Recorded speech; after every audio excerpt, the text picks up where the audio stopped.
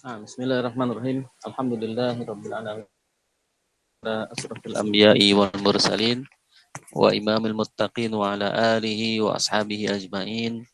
Allahumma inni a'udzubika an adilla aw udalla aw azilla aw uzala aw adlima aw udlama aw ajhala yujhala alayya. Rabbi israh li sadri wa yassir li amri wa hlul 'uqdatam min lisani yafqahu qawli. Alhamdulillah wa syukurillah. Pada siang ini kita bisa berjumpa kembali di kajian kita bersama teman-teman di Atinalen dalam kajian hadis-hadis pilihan riwayat Imam Bukhari di kitab Tafsir Fathul Mubin yang ditulis oleh Imam Asy-Syafi'i rahimahullah taala. Salawat dan salam tak lupa kita curahkan kepada Nabi kita Nabi Muhammad sallallahu alaihi wasallam yang mana kita senantiasa selalu berdoa kepada Allah Subhanahu wa taala semoga Allah memberikan taufiknya kepada kita untuk kita bisa selalu berpegang teguh pada sunnah Rasulullah sallallahu alaihi wasallam. Ikhwani wa akhwati rahimakumullah wa hayyikum bi tahiyatil Islam. Assalamualaikum warahmatullahi wabarakatuh. Kita akan lanjutkan dua hadis terakhir ya di kitab ini yang jilid kedua. Insya Allah nanti kalau teman-teman mau melanjutkan ke jilid yang ketiga masih ada jilid terakhir itu jilid ketiga ya. Ini dua judul dari jilid yang kedua. Berkaitan yang pertama tentang taubat ya. Kita baca dahulu hadisnya. Bismillahirrahmanirrahim.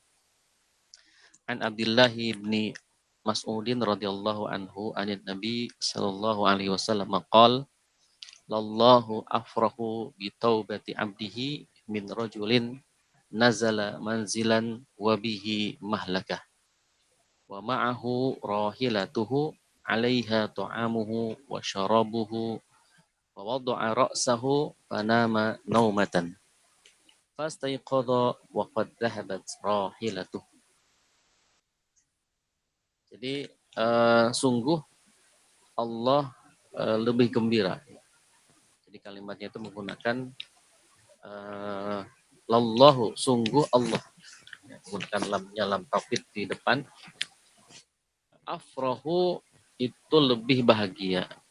Ya bitaubati abdihi dengan taubat hambanya. Jadi ini Rasulullah menggunakan isim tafdil. Ya. Isim tafdil itu isim atau kata yang menunjukkan makna lebih ya, seperti misalkan kalimat kabir itu kan besar, jadi kalau menggunakan akbar berarti kan lebih besar atau paling besar. Kabir itu besar, akbaru lebih besar, fadil itu utama, afdalu itu lebih utama, hasan baik, ahsanu lebih baik ya, jadi ini namanya isim tafdil kalau dalam bahasa Arab yang menunjukkan makna paling. Nah berarti Allah Subhanahu wa taala itu paling berbahagia, paling gembira, paling senang bitaubati dengan taubat abdihi seorang hamba. Ya. Taubatnya seorang hamba min rojulin dari seseorang. Ya. Jadi kalimat min rojulin ini ya walaupun dia secara bahasa itu maknanya adalah laki-laki gitu ya, tapi yang dimaksud adalah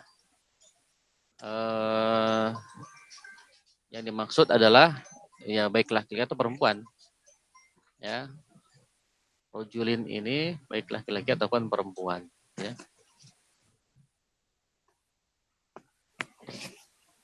Nazala manzilan, di mana seorang laki-laki ini atau seseorang ini baik laki-laki ataupun perempuan ya maksudnya itu turun. Dia turun ya dengan sebenar-benar turun atau turun di satu tempat turun. Dia turun di satu tempat singgah gitu ya, manzilan itu di suatu tempat yang mahlikah. Nah, Jadi manzilan wabihi mahlakah, ya. Dia turun di tempat yang mana tempat itu mahlakah, itu sangat berbahaya. Jadi tempat yang mengandung bahaya. Kalau digambarkan dalam beberapa penjelasan ulama, yang dimaksud dengan mahlakah itu adalah tempat yang berbahaya, yaitu padang pasir yang membinasakan. Ya. Dan padang pasir itu bisa membinasakan gitu ya, jika tempatnya itu memang jauh dari mana-mana, panas, tidak ada air, tanaman juga tidak ada gitu ya. Itu sangat membinasakan. Nah, jadi seorang ini dia turun di tempat yang berbahaya dan bisa membinasakan dirinya. Itu kan, dia membinasakan dirinya. Wa ma'ahu rohilatuhu, dan dia membawa rohilah. Rohilah itu adalah unta perjalanan. Nah, jadi ada yang orang-orang Arab itu bisa menyebutnya unta rohilah. Unta rohilah itu unta yang sering digunakan untuk membawa barang-barang atau perbekalan. Dan dia kuat, termasuk unta yang kuat. Nah, jadi kan kalau kita mungkin pernah lihat film Arisalah gitu ya, atau film bergenre Timur Tengah itu kan, ya cerita kisah Nabi itu kan, unta itu sering diisi punuknya itu dengan berbagai macam barang-barang, dari mulai makanan, ya, arok sahu, ya, rohilatu alaiha ta'amuhu, di atasnya itu ada makanannya, wasyarabuhu, ada juga minumannya, kemudian pakaiannya, pokoknya semua bekal itu kadang ditumplek-blek gitu ya di atas unta tersebut yang disebut unta rohilah. Dan dia memang punya kemampuan untuk membawa barang yang banyak gitu ya. Bahkan mungkin juga perhiasan-perhiasan yang dia miliki itu disimpan di atas punuknya unta tersebut atau rahilah tadi. Fawaddu'a ra'sahu, dia itu turun lalu dia meletakkan kepalanya, ya, meletakkan kepalanya disebutkan di sini di bawah pohon, ya, ada pohon. Pana manaumatan, lalu dia tidur dengan nyenyak itu kan. Dia tidur nyenyak, kemudian fastaiqadha, lalu dia bangun, waqad dhahabat, dan sungguh telah hilang rahilatuhu, hilang apanya? Tunggangannya tadi. Jadi dia turun, bayangkan ya, turun di tempat yang berbahaya, ya. Lalu kemudian dia mungkin karena kelelahan dia capek tidur, ya. Setelah tidur ternyata kemudian dia bangun, dan ketika bangun untanya itu udah hilang. Padahal di untanya itu perbekalan semuanya itu ada di situ lah. Kebayang ya itu eh, capeknya, atau kebayang capeknya itu luar biasa. Kebayang stresnya, waduh, ya, mana ini ya. Hatta idza stadda alaihi al-harru wal atash, sampai kemudian dia tuh merasakan sangat haus dan sangat kepanasan. Ya gimana ya kan? Dia cari sana ke sini nggak ketemu untanya. Padahal dia tinggal cuma tidur sebentar, mungkin perasaan dia sebentar tidurnya gitu ya, tapi untanya hilang. Untanya hilang, ya, semua bekalnya ada di situ. Dia kemudian merasa kelaparan dan kehausan dan kepanasan. Au masya Allah, atau Allah berkehendak, ya, qala arji'hu ila makani, ya, kembalilah kepada tempatku, faraja'a fanama naumatan, maka dia pun kembali ke tempat awal, ya, ke tempat semula. Summa rafa'a ra'sahu, kemudian dia, ya, tertidur lagi di situ, ya, fanama naumatan, kemudian summa rafa'a ra'sahu, kemudian dia terbangun lagi dan mengangkat kepalanya, faida rohilatuhu indahu, ternyata unta tunggangannya itu ada di sampingnya. Wah, itu bahagia sekali, ya kan? Nah, jadi orang yang sudah dia sedang berjalan ya di padang pasir yang ganas, kemudian dia cuma sebentar istirahat, ya semua perbekalan makanan, minuman semua unta tersebut, lalu kemudian dia tertidur, pas bangun untanya hilang. Dia cari ke sana kemari sampai kemudian mendapatkan petunjuk, diminta dia untuk kembali ke tempat awal, lalu dia kembali ke tempat awal, lalu dia tidur lagi di situ, pas bangun untanya ada. Itu bahagia sekali itu. Nah, ini para ulama menggunakan tasbih namanya. Tasbih itu apa? Penyerupaan gitu. Rasulullah menggunakan tasbih, ya penyerupaan untuk menunjukkan betapa bahagianya Allah menerima taubatnya hamba gitu, melebihi bahagianya orang yang kehilangan unta berikut isinya lalu kemudian ketemu lagi. Gitu ya. Ya mungkin kalau zaman sekarang kita ya kehilangan mobil yang kita punya satu-satunya kemudian ketemu lagi itu kan bahagia sekali. Ya, gembira sekali itu kan. Nah, jadi Allah tuh lebih daripada itu. Gembiranya, bahagianya itu lebih daripada itu. Berarti sangat bahagia sekali. Nah, jadi Allah itu sangat bahagia menerima taubatnya hamba. Makanya di sini ibrahnya buat kita adalah pelajarannya bahwa kita jangan berputus asa dengan rahmatnya Allah Subhanahu wa taala, bahwa jangan suudzon Allah tidak menerima taubat kita. Ya, yakinlah bahwa Allah akan senantiasa menerima taubat hamba, gitu ya. Nah, jadi kembali bahwa Rasulullah kalau kita lihat dalam penjelasan Ibnu Hajar Al-Asqalani dalam kitab Fathul Bari itu menggunakan majas tasbih tadi ya, majas tasbih ya. Jadi Rasulullah menggunakan analogi kegembiraan manusia ini adalah dengan paling maksimal, kebahagiaan yang paling maksimal. Ya, untuk menggambarkan apa? Menggambarkan betapa Allah meridhoi kembalinya hamba ke jalan yang benar. Ya, betapa Allah sangat meridhoi ya kembalinya hamba yang mungkin pernah melakukan kemaksiatan gitu ya, kesalahan, lalu bertobat dan kembali kepada Allah Subhanahu wa taala, itu Allah sangat paling bahagia ya dibandingkan seseorang yang tadi kehilangan sesuatu kemudian ditemukan lagi sesuatu yang dia miliki itu. Ya. Bahkan Imam An-Nawawi dalam kitab Al-Minhaj gitu ya menegaskan bahwa ini adalah bentuk roja.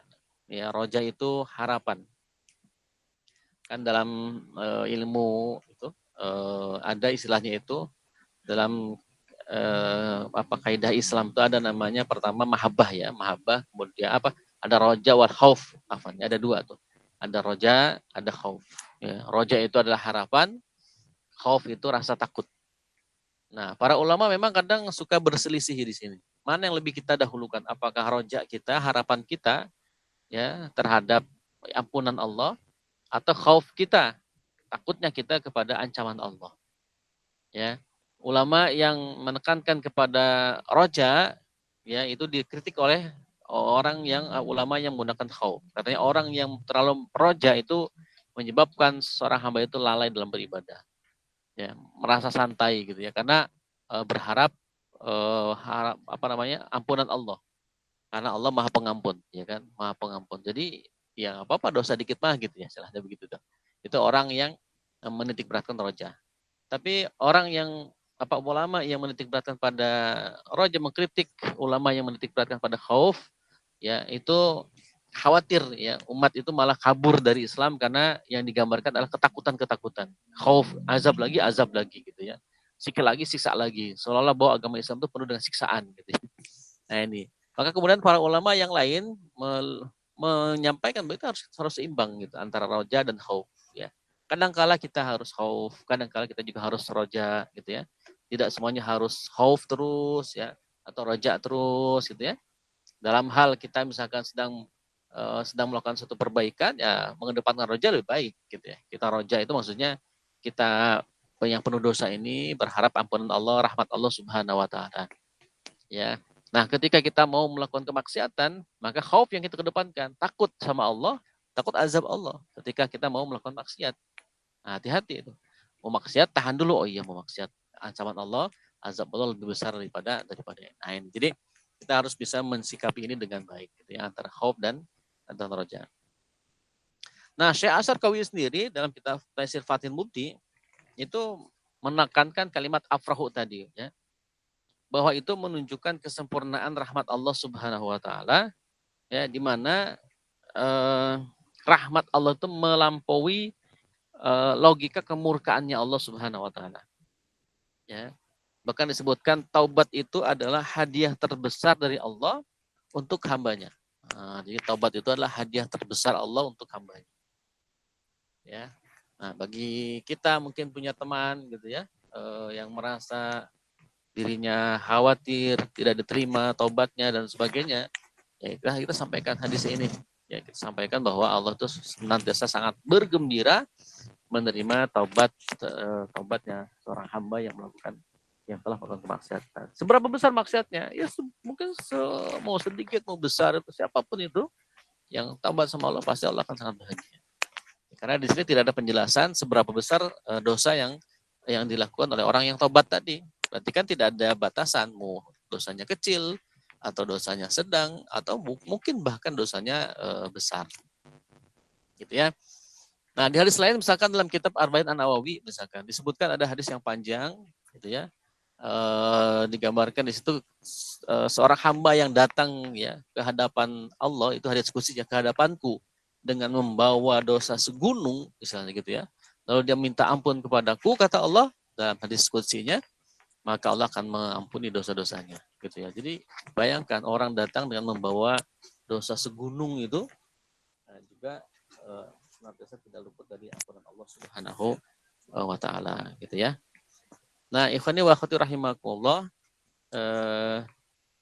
itulah ya maha rahmatnya Allah Subhanahu wa taala terhadap hamba-hambanya, dan Rasulullah Shallallahu alaihi wasallam menyampaikan hadis ini kepada para sahabatnya ya, sehingga para sahabatnya senantiasa berbahagia gitu ya. Maka tentu ini pun juga harus membuat kita sebagai umatnya juga berbahagia gitu ya. Karena sikap kita terhadap hadis yang disampaikan oleh Rasulullah SAW juga bagian daripada tuntunan syariat. Kita harus punya sikap kita dengan hadis-hadis yang disampaikan oleh Rasulullah. Karena hadis itu juga bagian daripada wahyu Allah, gitu ya. Jadi baik Al-Quran ataupun hadis itu sama-sama wahyu Allah. Ya, jangan kemudian karena ada yang menganggap bahwa wahyu Allah itu hanya Al-Quran saja. Hadis itu bukan wahyu katanya, itu ijtihadnya Nabi. Nah, padahal keliru ya.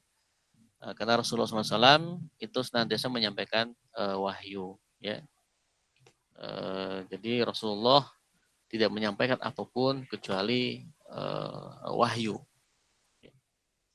Nah, bedanya apa? Bedanya adalah kalau Al-Quran itu kan makna dan teksnya itu, lafaznya ya, makna dan lafaznya itu dari Allah semua. Bahkan susunan hurufnya, bahkan mungkin kiroahnya gitu ya, ada beragam, ada kiroah sabah itu ya, ada 7 kiroah. Nah 7 kiroah itu adalah 7 lahjah gitu ya, yang memang Allah berikan kepada Nabi agar Nabi bisa mengajarkan kepada umatnya sehingga umatnya bisa mudah dengan lahjah tersebut. Nah, cuman kiroah lahjah itu, kiroah sabah itu tidak kemudian merubah makna, esensi makna daripada ayat Al-Quran. Ya, jadi sabah al-ahruf namanya ya. Tapi ikhwani wa akhwati rahimakumullah, sedangkan al-hadis itu maknanya dari Allah, tapi lafaznya dari Rasulullah Shallallahu alaihi wasallam. Ya, tentu juga walaupun Rasulullah tidak bisa baca dan tidak bisa menulis, tapi beliau juga memiliki kemampuan untuk menyusun kalimat yang bagus gitu ya. Terlihat dari hadis-hadis Rasulullah itu menggunakan balaghah ya, balaghah yang sempurna. Ya mungkin beliau juga belajar gitu ya, belajar ketika menjadi nabi, mendapatkan wahyu, kan tentu juga beliau belajar ya. Bagaimana bahasa-bahasa Al-Qur'an, balaghah Al-Qur'an, maka kemudian beliau terapkan sebagian di al-hadis. Ya, cuman bedanya sangat beda sekali. Ya. Tapi ya ada informasi menarik ya di kampus Al-Azhar ya kalau nggak salah itu. Ada seorang mahasiswa magister itu saat ini ya, namanya Al-Fakir lupa, beliau tuh nyusun tesis yang tesis itu sangat jarang, bahkan mungkin satu-satunya kayaknya. Tesis yang membahas tentang balaghatu apa namanya, perbedaan antara balaghah kaidah bahasa Al-Quran dengan kaidah bahasa Al-Hadis. Nah, belum memang jurusan balaghah ya, jurusan ilmu bahasa.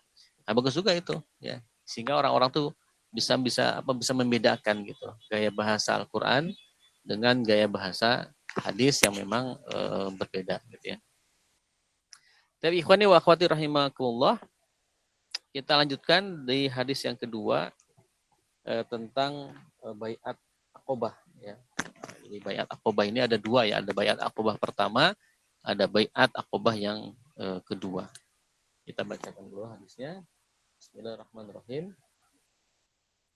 An Ubadah ibn Samit radhiyallahu anhu anna Rasulullah sallallahu alaihi wasallam qala wa haulahu isabatun ya min ashabihi ya bayi'uni ala alla tusyriku billahi syai'an wala tasriqu wala taznu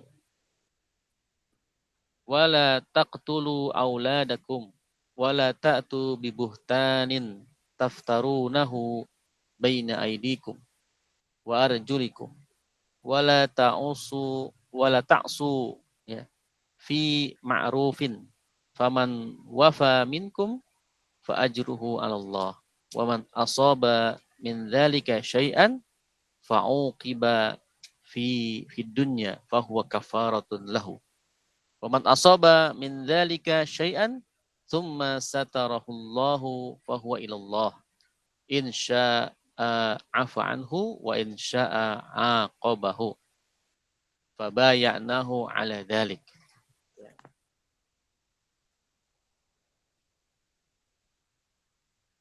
Dari Ubadah ya, bin Samit radhiyallahu anhu anna Rasulullah sallallahu alaihi wasallam bahwasanya Rasulullah sallallahu alaihi wasallam qala bersabda bayi'uni ya mereka membaiatku ala alla tusyriku ya agar kalian ya tidak syirik ya tidak menyekutukan billahi syai'an tidak menyekutukan Allah dengan apapun wala tasriqu dan janganlah kalian mencuri wala taznu dan janganlah kalian berzina wala taqtulu auladakum dan janganlah kalian membunuh anak-anak kalian wala ta'tu bibuhtanin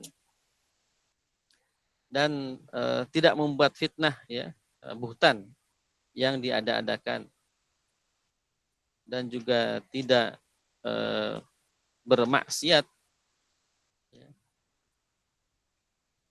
tidak bermaksiat baina aidikum wa arjulikum ya oleh tangan dan kaki kalian wala ta'su fi ma'ruf ya dan janganlah kalian bermaksiat ya, dalam kebaikan. Ya. Jadi kalau kita lihat hadis ini dilatar belakangi daripada baiat ya.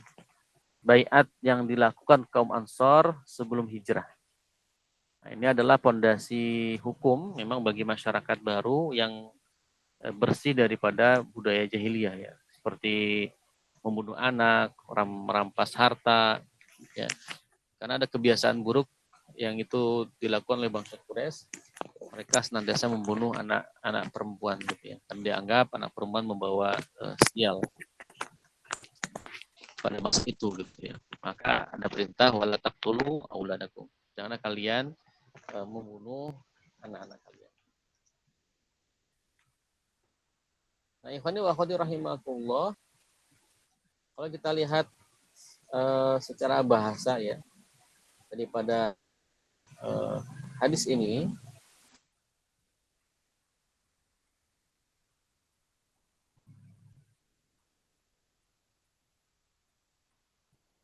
pertama bahwa ini adalah peristiwa baiat ya. Jadi baiat itu ada baiat Aqobah satu, ada baiat Aqobah yang kedua. Ini sepertinya baiat Aqobah yang pertama. Ya, baiat Aqobah pertama yang dilakukan Rasulullah dengan para sahabat, khususnya adalah kaum Ansor, ya, orang-orang Madinah yang kemudian mendatangi Rasulullah di Bukit Aqobah. Bukit Aqobah kan disebut baiat Aqobah itu karena dilakukan di Bukit Aqobah. Nah, baiat ini menunjukkan bagaimana sikap kaum Ansor terhadap atau penerimaan kaum Ansor terhadap kepemimpinan Nabi, ya. Kepemimpinan Nabi Muhammad Shallallahu Alaihi Wasallam. Saat itu beliau sebagai seorang nabi, sekaligus juga beliau adalah pemimpin, ya, politik dari sebuah kelompok yang dipimpin oleh Nabi Muhammad. Maka kalimat bayuni itu dari kata bay, ya, memang kalimatnya itu dari kata jual beli, ya, bay. Ya, maksudnya sebenarnya adalah memberikan janji setia, ya. Di bay atau memberikan janji setia untuk taat. Ya, jadi seolah-olah bahwa seseorang itu menjual dirinya demi ketaatan kepada Allah Subhanahu Wa Taala. Nah, jadi bayuni, seolah-olah orang-orang itu menjual dirinya untuk taat kepada Allah dan Rasulnya. Ya, ini makna bayuni tadi. Kemudian kalimat buhtan, buhtan ini adalah maknanya kedustaan, kedustaan yang sangat besar, yang kemudian menyebabkan orang yang mendengar kedustaan itu terperangah, gitu, terkejut saking dustanya itu. Nah, misalkan ini sering dikaitkan dengan orang yang menuduh seorang berzina. Nah, jadi menuduh orang suci, orang yang baik-baik saja itu dituduh berzina. Nah, itu buhtan biasanya. Kemudian kalimat buhtan. Kemudian kalimat taftarunahu ini maknanya adalah sesuatu yang diada-adakan atau rekayasa lah, ya. Jadi kedustaan yang sengaja dibuat-buat untuk merekayasa. Ini taftarunahu. Kalimat berikutnya ma'rufin, ini segala hal yang baik menurut syariat dan nasihat tentunya, dan tidak mengandung kemaksiatan kepada Allah Subhanahu wa taala. Ini makna daripada makna bahasa dari hadis tersebut. Ma'rufin itu adalah baik. Ya, ikhwani wa akhwati rahimakumullah. Nah, apa makna daripada hadis ini atau penjelasan dari hadis kedua tentang baiat ini? Bahwa baiat ini berisi 6 janji, ya. 6 janji yang Rasulullah SAW minta dari kaum Ansar. Yang pertama adalah untuk tidak menyekutukan Allah. Ya. La tusyriku bihi, la tusyriku billahi syai'an. Tidak menyekutukan Allah. Ini tentu kan tauhid, ya. Jadi Rasulullah SAW memastikan dulu bahwa kaum Ansar itu betul-betul mendukung beliau dari aspek tauhid, ya. Mengesahkan Allah Subhanahu wa taala. Jadi aspek tauhid ini sangat penting diperhatikan, gitu, ya. Karena ini menjadi pondasi.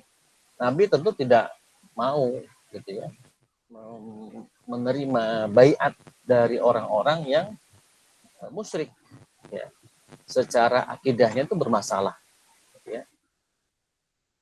Dan ini juga menjadi gambaran buat kita, gitu, ya, bahwa tauhid itu menjadi hal yang penting, ya. Akidah itu menjadi hal yang pondasi. Kalau akidahnya benar, insya Allah yang lainnya juga benar. Tauhid itu ibarat kata seperti pondasi. Ibarat kata bangunan itu baik, itu kan pondasinya harus baik. Kalau tiangnya bagus, kemudian dindingnya bagus, gentengnya bagus, semuanya bagus, tapi kalau pondasinya itu tidak bagus, rapuh, ya bangunan itu akan cepat rusak, ya akan hancur. Nah, maka Nabi memastikan, gitu, orang-orang yang akan berbaiat pada dirinya itu tidak memiliki kesyirikan sedikit pun. Jadi syai'an itu menunjukkan sedikit pun, walaupun cuma sedikit. Jadi harus 100% memiliki tauhid yang benar, ya, akidah yang benar. Gitu. Nah, ini Nabi memastikan yang pertama itu, ya, memastikan bahwa dia itu atau kaum Ansor itu memiliki tauhid yang benar, gitu, ya,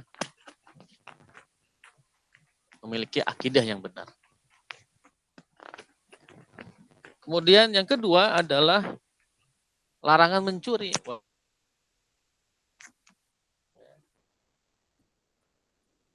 Mencuri ini beda dengan menjamret ya. Dalam kaidah syariat, dalam hukum syariat itu, mencuri itu berbeda dengan menjamret, berbeda juga dengan mencopet, ya, berbeda juga dengan merampok. Ya, itu beda tuh mencuri itu. Jadi istilah saroko atau mencuri itu maknanya adalah mengambil barang, mengambil sesuatu bisa barang atau apa ya, pada tempatnya. Jadi di mana orang itu biasa nyimpan barang itu mencuri. Misalkan orang biasa nyimpan uang di laci, atau orang biasa nyimpan perhiasan itu di lemari, kalau dia ambil sama dia itu namanya mencuri. Nah, ya. Atau menyimpan uang di dompet, kan biasa di situ tuh. Ya. Disimpan dompetnya disimpan di laci meja misalnya, dia ambil sama dia, itu namanya mencuri. Jadi mencuri itu definisinya begitu, mengambil barang tanpa izin di tempat yang biasa orang tuh nyimpen barang berharga itu namanya mencuri. Nah, hukuman bagi pencuri sangat jelas dalam Islam. Itu apa? Potong tangan. Ya, asariku wasarifatu faqta'u aydiyahuma. Pencuri laki-laki dan pencuri perempuan itu dipotong kedua tangannya. Walaupun ya dalam kitab fikih Umar bin Khattab ya, beliau menyebutkan di situ ada kriteria pencurian itu. Jadi tidak semua pencuri itu harus dipotong tangan. Ada kriterianya. Ya. Kriteria pertama itu adalah bahwa barang yang dicuri itu minimal itu 1/4 dinar. Ya. Jadi barang yang dicuri itu 1/4 dinar. Tapi kalau kurang dari 1/4 dinar itu nggak boleh dicuri. Nggak boleh dipotong tangan. Ini ketentuannya. Nah, jadi kalau kurang daripada 1/4 dinar, ya tidak boleh dipotong tangan. Tapi kalau sudah lebih dari 1/4 dinar, nah itu harus potong tangan. Itu kriteria yang pertama. Kriteria yang kedua, orang itu kalaupun misalkan dia mencuri lebih dari 1/4 dinar, harus ditanya dulu, harus dicek apa motivasi dia mencuri. Apakah karena hobi atau karena memang kelaparan. Nah, kalau kelaparan, jadi motivasi dia karena lapar, masalah memang memenuhi kebutuhan pokok, maka itu pun tidak boleh dipotong tangan walaupun dia lebih dari 1/4 dinar barang yang dicuri itu. Baik barang atau makanan apapun itu, ya harus dicek dulu. Soal ini adilnya Islam ya. Jadi tidak serta-merta pencuri langsung potong tangan gitu ya, enggak juga. Dicek dulu apakah 1/4 dinar, kemudian motivasinya apa gitu ya. Jadi dicek dulu. Nah, kalau memang dia ternyata lebih dari 1/4 dinar, terus motivasi mencurinya karena memang hobi gitu ya, padahal kebutuhan pokoknya sudah terpenuhi, nah itu yang begini nih yang dipotong tangan. Ya, selain itu tidak boleh dipotong. Nah, jadi ini mencuri ya. Dan mencuri memang pada masa itu menjadi kebiasaan orang-orang musyrik. Pencurian itu udah biasa. Gitu ya.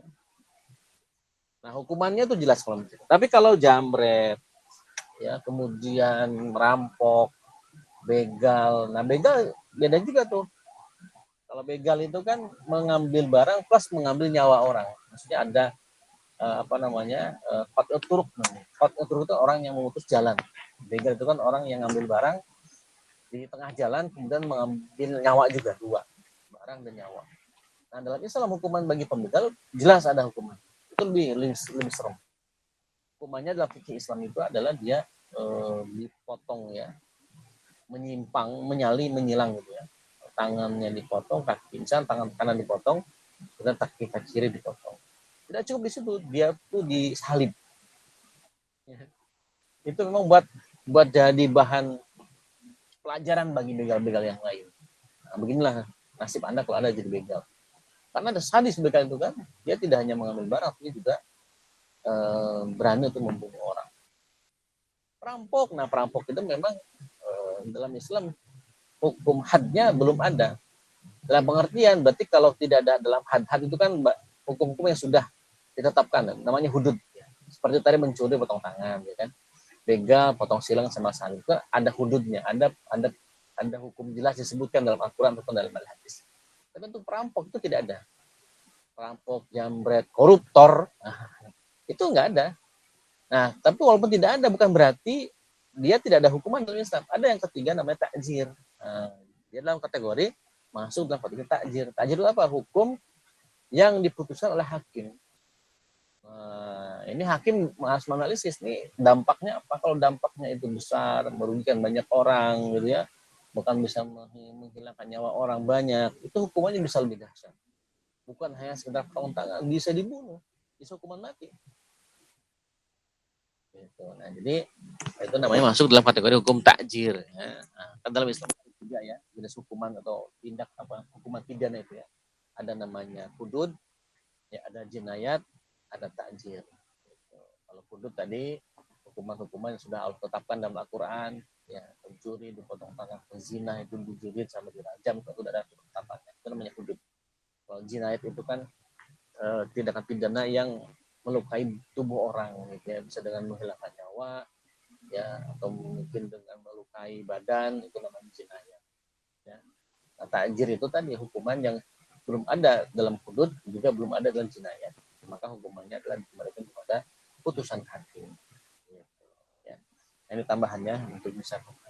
Nah, pada waktu itu memang orang-orang Quraisy itu memang mencuri.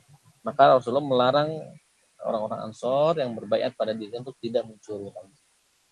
Yang ketiga adalah wala taznu, ya, janganlah kalian berzina. Ya.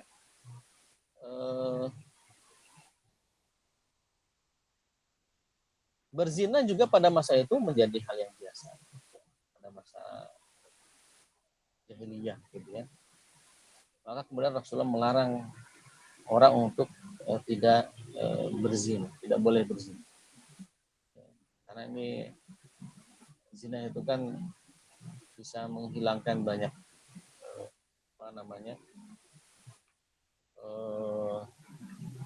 menghilangkan banyak kesempatan gitu ya. Hasil anaknya tidak dapat waris, ya kan? Kemudian nasabnya nggak jelas, itu kan kena zina. Maka zina itu termasuk bagian daripada minal kabair, ya, termasuk dosa besar. Dan pada masa Quraisy, pada masa jahiliyah itu orang-orang biasa. Bahkan pernikahannya pun mirip-mirip dengan zina. Bagaimana tidak ya, perempuan kalau menikah sama laki-laki harus digauli dulu ya, dengan sejumlah laki-laki. Nanti kemudian ketika si perempuannya lahir, hamil, kemudian lahirkan anak, yang zina itu dipanggil lagi, anak ini cocokin mana mirip nih, itu jadi bapaknya, ya udah sudah zina juga. Nah, maka Rasulullah melarang itu, menjaga itu. Kemudian wala taqtulu auladakum, dan juga tidak membunuh anak-anak kalian. Ya. Ini pada waktu itu banyak orang-orang jahil yang membunuh anaknya, terutama anak perempuan, ya, karena merasa membawa sial. Atau juga ada saja orang-orang yang membunuh anaknya karena takut miskin. Itu terjadi. Itu terjadi juga pada zaman sekarang ya. Kayak orang menyebut sekarang seperti zaman zahiliyah modern. Yang berzina juga banyak, yang mencuri juga banyak, yang syirik juga banyak ya. Yang berzina juga apalagi, bahkan ada orang yang berani membunuh anak. Ya, memang kehidupan zaman sekarang penuh dengan fitnah. Semua yang dilarang oleh Rasulullah SAW pada saat baiat Aqabah pertama ini banyak dilakukan oleh manusia zaman sekarang. Tidak hanya orang-orang kafir, orang musyrik, bahkan orang muslim pun juga melakukan ini. Ya. Bahkan penyimpangan lebih dahsyat daripada itu. Ya Allah, ini zaman fitnah betul ya. Makanya kadang-kadang ya kita tuh tidak boleh jadi orang yang taklid buta. Orang yang taklid buta itu kan orang yang ikut aja, ya, tidak lagi melihat tinjauan syariatnya. Jadi kalau memang orang itu dianggap guru, atau kiai atau syekh, ya, melakukan pelanggaran syariatnya jangan diikuti. Dan kalau sudah terbukti ya udah pastikan ya memang dihukum. Karena dalam Islam itu nggak pandang bulu, siapapun itu posisinya ya tidak terbukti. Ya. Namun tantangan kita adalah bagaimana memang menjelaskan kepada umat yang awam. Umat itu kan lihatnya itu sepintas gitu ya. Ada istilah bukan, dia aja yang dianggap orang salah begitu, nah, kita kan begitu jadinya itu. Jadi memang ini membuat fitnah yang luar biasa. Memang keimanan kaum muslimin jadi diuji di situ. Ya, apakah dia beriman karena orang atau memang itu karena Allah? Kalau dia beriman karena Allah, dia tidak akan pernah melihat sosok, gitu ya. Yang dilihat itu adalah amalnya. Kalau amalnya sesuai dengan syariat, dia ikutin. Kalau amalnya menyimpang syariat, tidak diikutin. Gitu ya. Jadi ini menguji keimanan umat Islam. Bahkan umat Islam di Indonesia khususnya ya. Apakah mereka itu beriman kepada Allah, beribadah kepada Allah, itu betul-betul karena Allah atau karena sosok seseorang. Kalau dia semuanya karena sosok, siap-siaplah akan kecewa. Ya kan itu ya, segala sesuatu yang disandarkan kepada selain Allah, siap-siaplah kecewa. Ya, hanya kepada Allah lah kita bersandar, ya insya Allah tidak akan pernah kecewa. Gitu ya. Nah, ikhwani wa akhwati rahimakumullah, itulah hadis yang kedua ya tentang janji ya, 6 janji atau pada saat baiat itu ya, wala ta'su fi ma'ruf faman wafa minkum fa ajruhu 'ala Allah. Maka barang siapa yang sebentar, wala tasrifu wala taznu wala taqtulu auladakum wala ta'tu bi buhtanin. Nah, itu dia. Janganlah kamu mendatangkan kedustaan ya, kedustaan antara diri kalian dengan diri orang-orang. Kedustaan yang bisa membuat orang itu tercengang, terperangah bukan dan juga membawa kedustaan. Bahkan hadis yang lain mengatakan wa iyyakum wal kadzib. Jauhilah oleh kalian dusta atau bohong. Ya. Fa innal kadziba yahdi ilal fujur, karena kebohongan itu mendatangkan kepada dosa-dosa. Wa innal fujura yahdi ilan nar, dan dosa yang besar itu akan mendatangkan kepada api neraka. Wala ta'su fi ma'ruf, ya, dan janganlah kalian bermaksiat ya, dalam kebaikan. Ya, orang itu seperti baik padahal maksiat. Nah, namun di ujung hadis Rasulullah SAW kemudian menyampaikan faman wafa minkum fa ajruhu 'ala Allah. Barang siapa yang yaitu bertaubat gitu ya, maka Allah akan berikan pahala. Wa asaba min dzalika syai'an fa uqiba fid dunya fa huwa kafaratun. Barang siapa yang ditimpa musibah ya, nah ini kan hadis tentang seseorang yang ditimpa musibah kemudian dia sabar yang menerima musibah tersebut, maka itu menjadi kafarat dia di dunia. Jadi musibah-musibah itu kalau kita sikapi dengan baik, ya itu akan menjadi kafarat. Ya, misalkan kena sakit, mungkin kena tusuk duri gitu ya, dimakan enak-enak, misalkan digigit lidah kita, ya kan? Nah itu diistighfari aja, diistighfari, kemudian ya kita niatkan sebagai kafarat dosa-dosa kita, yang kecil ataupun yang besar. Mungkin kita melakukan dosa yang kita nggak terasa, nggak sengaja, atau mungkin juga dosanya sengaja tapi kitanya kayak ya namanya manusia gitu ya. Nah, insya Allah itu bisa menjadi kafarat di dunia. Maka tidak musibah-musibah yang menimpa kita itu ya kita nikmati ya, pengertian bahwa kita menerima ketetapan Allah Subhanahu Wa Taala, dan itu dijadikan sebagai kafarat itu penghapus dosa. Nah, waman asaba min dalika syai'an summa satarahullahu fa huwa ilallah. Barang siapa yang orang itu tertimpa musibah sesuatu, kemudian Allah menutup aibnya ya, maka kemudian dia akan kepada Allah, kembali kepada Allah, insya'a afa'anhu wa insya'a fabahu. Kalau berkehendak memaafkannya, maka Allah menghendaki. Kalau berkehendak untuk mengikobnya, menyiksanya, maka juga Allah akan menyiksa. Fabayanahu ala dzalik, maka kemudian kami berbaiat atas semua tadi. Nah, ini janji ya, janji kaum muslimin Ansor kepada Rasulullah SAW, sehingga dari situ Rasulullah SAW menerima baiat daripada kaum Ansor, dan menjadi bulat perjuangan Rasulullah bahwa ada yang menolong dakwahnya Nabi Muhammad SAW. Nah, tentu proses ini kan proses daripada runtutan dakwah Rasul. Nah, jadi namanya kalau dalam fikih dakwah itu namanya talabun nusrah. Tidak ada istilahnya talabun nusrah. Nabi itu melakukan talabun nusrah. Talabun nusrah itu apa? Nabi meminta pertolongan. ya, meminta dukungan dari kabilah-kabilah. Makanya pada masa akhir-akhir dakwah beliau itu, sebelum tegaknya negara di Madinah, negara Islam di Madinah, beliau itu melakukan talabun nusrah, meminta dukungan dari berbagai macam kabilah ketika musim haji. Semua kabilah beliau datangi, menawarkan Islam, menawarkan kekuasaan, gitu ya. Ada yang menerima, ada yang menolak, ya, mentah-mentah, ada yang menerima dengan syarat. Ya. Nah, Nabi hanya menerima yang tanpa syarat. Ya. Nabi yang hanya menerima nusrah dari kelompok yang memang betul-betul menyerahkan semuanya untuk Allah dan Rasul. Maka ketemulah kelompok itu, yaitu kelompok Yathrib atau kelompok dari Ansor dan Aus, Aus dan Hajraj, yang merupakan orang Yathrib atau orang Madinah, di mana mereka dalam baiat Aqabah pertama ini menyerahkan semuanya untuk Allah dan Rasul, dan diperkuat dengan baiat Aqabah kedua yang lebih banyak jumlahnya, yang mewakili daripada kabilah-kabilah yang ada di Madinah, itu memberikan kekuasaan, ya, terutama Sa'ad bin Mu'adz. Sa'ad bin Mu'adz waktu itu sebagai penguasa tertinggi di Yathrib, terutama kaum Aus, ya, kemudian juga pemimpin Bani Hajraj, gitu ya.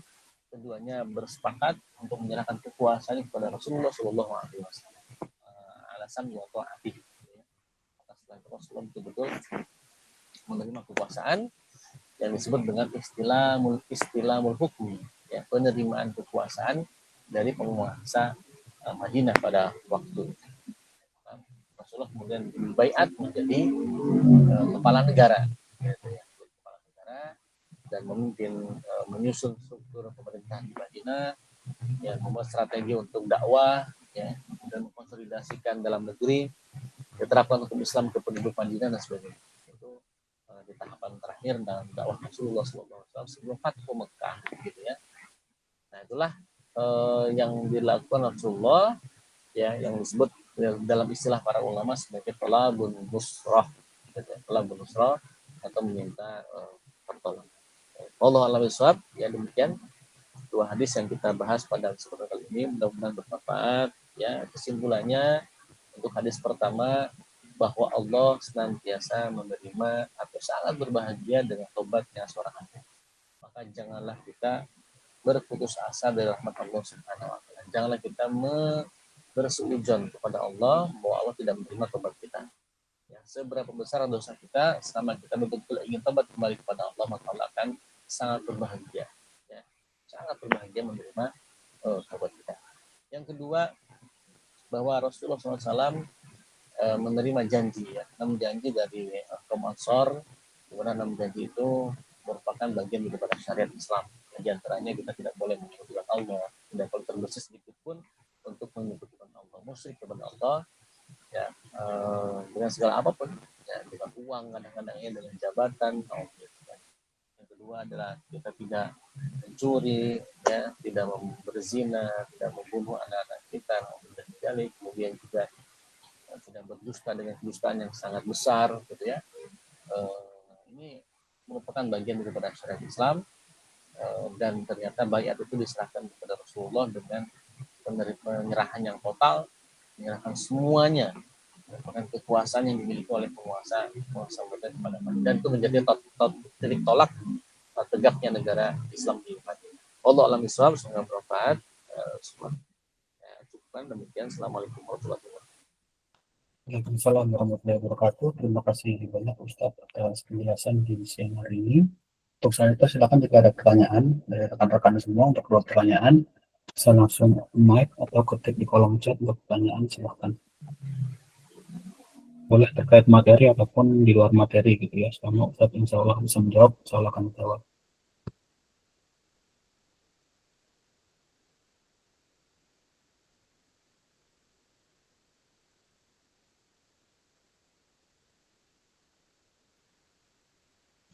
Mas Icang, boleh saya tanya dulu? Ya, baik, Assalamualaikum. silakan. Waalaikumsalam warahmatullahi wabarakatuh. Iya, Ustadz mau tanya, kalau tadi kan untuk taubat ya, Ustadz ya, itu apa namanya, Allah itu apa namanya, kayak bahagia gitu kan kalau ada hambanya yang taubat gitu. Tapi kalau untuk pada saat hari hisab itu apakah apa kejadian yang lalu-lalu gitu itu pun masih tetap dihisap gitu penjelasannya gimana Ustaz? Sekarang.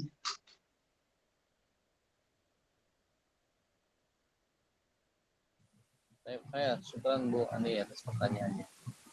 Jadi pertanyaannya apakah dosa-dosa kita, aib-aib kita itu akan Allah munculkan di tempat hisab nanti, padahal kemudian di dunia sebenarnya sudah diampuni oleh Allah Subhanahu wa taala. Ya. Iya, Nah, betul. ya begitu ya. Ini memang ada dua ulama yang berbeda pendapat berkaitan dengan masalah ini, itu dikumpulkan dari berbagai macam hadis. Yang pertama berpendapat bahwa dosa-dosa kita tetap ada, ya. Tapi Allah tutup. Kan ada hadis mengatakan man sataro bidunya satarahullahu yaumil qiyamah, kan gitu ya. Barang siapa yang menutup aib-aibnya di dunia, maka Allah akan menutup aib-aibnya di akhirat nanti. Artinya Allah tidak akan munculkan di akhirat nanti aib dosa yang sudah kita lakukan di dunia ini. Nah, jadi dosanya tetap ada, tetapi Allah tutupi, gitu ya. Allah tutupi. Nah, kenapa tetap ada? Karena ini akan menjadi penyeimbang, mengukur, misal betul. Ya, nanti akan ditimbang tuh dosa yang sudah kita lakukan di dunia ini dengan amal soleh kita, mana yang lebih banyak. Ya, apakah dosanya atau amal baiknya sepanjang hidup kita dari mulai balik sampai kita wafat atau meninggal.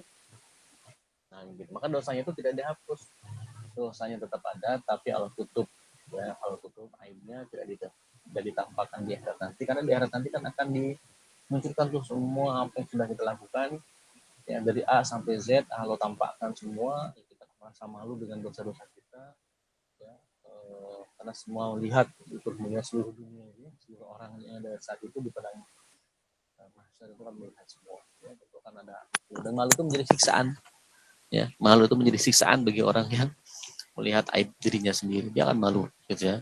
Nah, tapi kemudian ada orang yang ditutup aibnya itu, jadi yang dimunculkan yang baik-baik saja, ya, aib-aib yang dilakukan di dosa-dosa yang dilakukan di dunia dia ditutup, gitu. Nah, itu yang pertama. Nah, yang kedua, memang ada yang berpendapat itu dihapus, gitu ya. Nah, ini berdasarkan dari ittaqillah haitsu makunta wa atbi'is sayyi'atal hasanata tamhuha wa khaliqin nas bi khuluqin hasanin. Gitu ya. Jadi bertakwalah kalian dimanapun kalian berada, gitu ya. Kemudian iringilah keburukan atau kemaksiatan dengan kebaikan. Maka al-hasanatnya akan menghapus keburukan. Bahkan ada ayat Al-Quran menyatakan innal hasanat yudhibna sayyi'at, bahwa kebaikan itu akan menghapus keburukan. Nah, ini pendapat ulama yang mengatakan bahwa ya dosa dihapus, betul-betul dihapus. Nah, jadi otomatis yang tersisa itu adalah kebaikannya saja. Nah, gitu ya. Jadi yang terhapus itu tidak akan dimunculkan, tidak akan diceritakan, tidak akan ditampakkan. Yang dosa-dosa dihapus itu ya, yang muncul itu adalah yang kebaikan saja. Gitu. Nah, ala kulihal dari dua pendapat ini sebenarnya mirip-mirip saja. Intinya tidak terlihat saja, ya kan? Baik di dunia apa ketika di akhirat nanti. Ya, tidak terlihat aib kita, dosa kita, yang satu itu dihapus, yang satu ditutup. Kan intinya tidak terlihat dua-duanya itu. Nah, jadi gitu kira-kira jawaban sementaranya gitu Pak Ani. Allah alam bisawab. Ustaz. Terima kasih Ustaz atas jawaban yang diberikan. Silakan untuk satu pertanyaan lagi.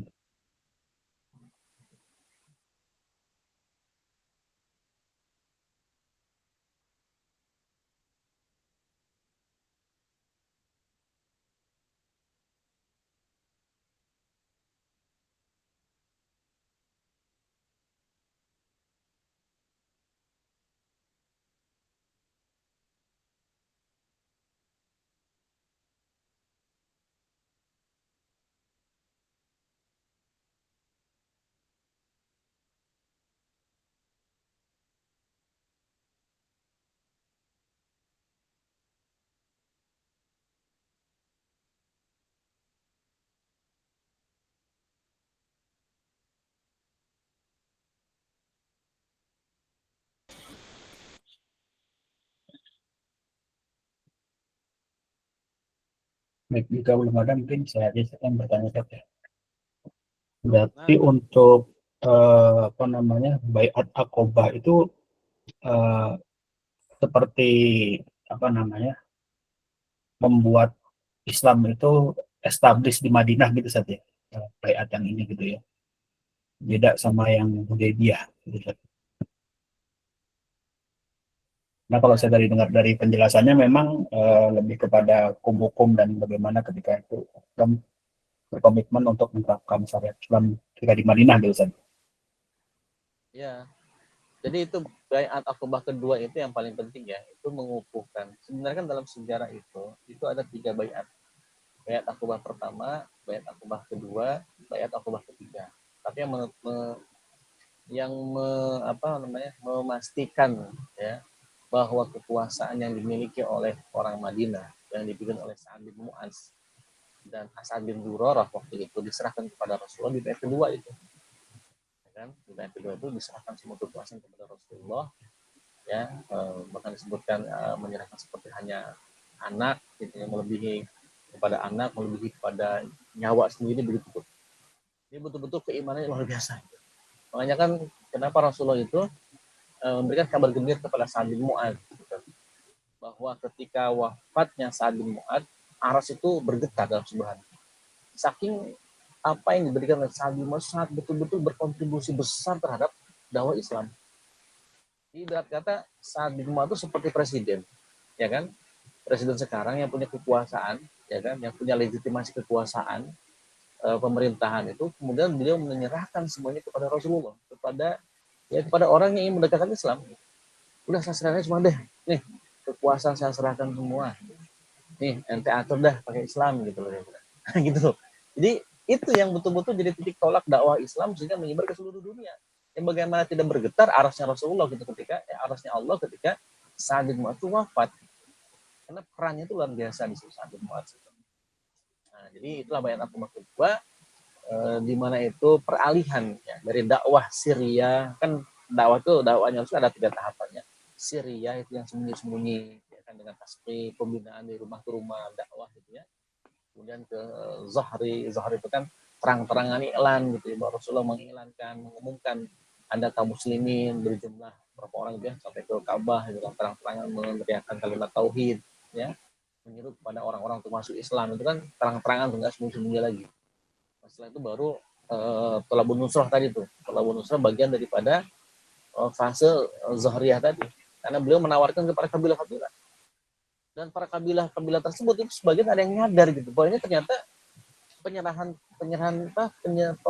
permintaan kekuasaan gitu. Dan ini kalau berhasil, orang Arab bisa, dia akan menjadi pemimpin bangsa Arab. Ini kan menjadi pemimpin bangsa Arab. Nah, yang itu ada salah satu kabilah Arab namanya Bani Amr bin So'so'ah. Dia itu memang yang berangkat haji itu anak muda gitu. Bani Amr bin So'so'ah, para anak-anak muda. Kemudian ada tawaran Rasulullah, kemudian diterima sama Bani Amr bin So'so'ah. Ya oke, kami terima. Kami akan menyerahkan kekuasaan, tapi ada tapinya, bersyarat tuh. Kalau Anda meninggal, kata Amr, ya Muhammad, kalau engkau meninggal, kekuasaan itu diberikan kepada siapa? Mereka berharap kekuasaan itu diberikan kepada Bani Amr bin So'so'ah.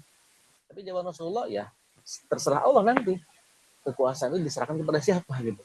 Nah, kan orang Bani Amr bin So'so'ah merasa, nggak jelas nih. Nggak definitif, nggak jadi gitu. Jadi sudah mau menerima, sudah mau memberikan pertolongan kepada Rasulullah, memberikan kekuasaan kepada Rasulullah, tapi kemudian ada syarat. Nah, Nabi nggak mau begitu. Nah, Bani Amr bin So'so'ah ini, anak-anak muda ini, ketika pulang ke kampungnya, ceritalah tuh ke tokoh-tokoh tuanya. Kata tokoh tuanya, kenapa kamu nggak terima? Gitu. Ini kesempatan besar gitu, bahwa orang ini nggak sembarangan. Kita akan menjadi pemimpin bangsa Arab dan seluruh dunia. Gitu. Itu ada yang nyadar begitu. Tapi udah telat gitu kan. Akhirnya pakai syarat gitu ya. Nah, kabilah yang tidak memberikan syarat apapun itu ini, Bani Aus dan Khazraj, tidak ada syarat apapun, bahkan semua diserahkan. Nah, kembali ke keimanan itu yang main, keimanan tauhid itu kan yang menjadi fondasi gitu. Sudah diserahkan semua kepada Rasulullah, declare ya, baiat Nabi Muhammad sebagai kepala negara, udah kekuasaan diserahkan kepada Rasulullah. Nah, inilah dalam fikih baiat itu menjadi thariqah, ya, metode pengangkatan khalifah, gitu kan begitu tuh. Dari Abu Bakar As-Siddiq dibaiat, kemudian pindah kepada Umar dibaiat, ya radhiyallahu anhu. Kemudian itu pindah kepada Utsman juga dibaiat radhiyallahu anhu. Jadi itu baiat itu menjadi sesuatu yang harus dilakukan ketika ingin dianggap sebagai khalifah. Jadi orang itu tidak sah jadi khalifah kalau tidak ada baiat. Nah, jadi baiat itu seperti pelantikan, pengangkatan gitu ya, seseorang menjadi kepala negara. Akhirnya dalam fikih Islam ini di situ jatuhnya itu baiat akobah kedua itu.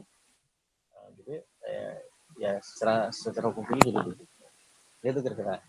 Islam. Baik, Ustaz, jazakumullah khairan atas penjelasannya. Baik, kita cukupkan untuk kajian pada kesempatan siang hari ini. Kalau alam bisawab, terima kasih banyak atas waktunya untuk Al-Ustaz, kita teman-teman semua untuk kehadirannya di siang hari ini. Marilah kita tutup kajian pada siang hari ini dengan sama-sama membaca Alhamdulillahirabbil alamin. Membaca doa kafaratul majlis, subhanakallahumma wa bihamdika, asyhadu an la ilaha illa anta, astaghfiruka wa atubu ilaik. Terima kasih. Wassalamualaikum warahmatullahi wabarakatuh. Waalaikumsalam warahmatullahi wabarakatuh.